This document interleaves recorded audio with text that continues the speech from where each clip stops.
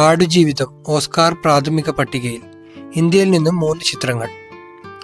97ാമത് Oscar പുരസ്കാരത്തിനായുള്ള മികച്ച ചിത്രത്തിനുള്ള പ്രാഥമിക പട്ടികയിൽ ബ്രസി സംവിധാനം ചെയ്ത ആടുജീവിതം ഇടം നേടി.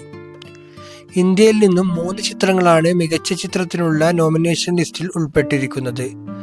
ശിവ സംവിധാനം ചെയ്ത് സൂര്യനായകനായ കങ്കുവ, സുജീത് തലതി എഴുതി സംവിധാനം ചെയ്ത ഗേൾസ് വിൽ ബി ഗേൾസ് എന്നിവയാണ് ആടുജീവിതത്തിനൊപ്പം ലിസ്റ്റിൽ ഇടം പിടിച്ചത്. ആഗോളതലത്തിൽ 323 ചിത്രങ്ങളിൽ നിന്ന് 207 ചിത്രങ്ങളാണ് ഈ വിഭാഗത്തിൽ ഉൾപ്പെടുത്തിയിരിക്കുന്നത്.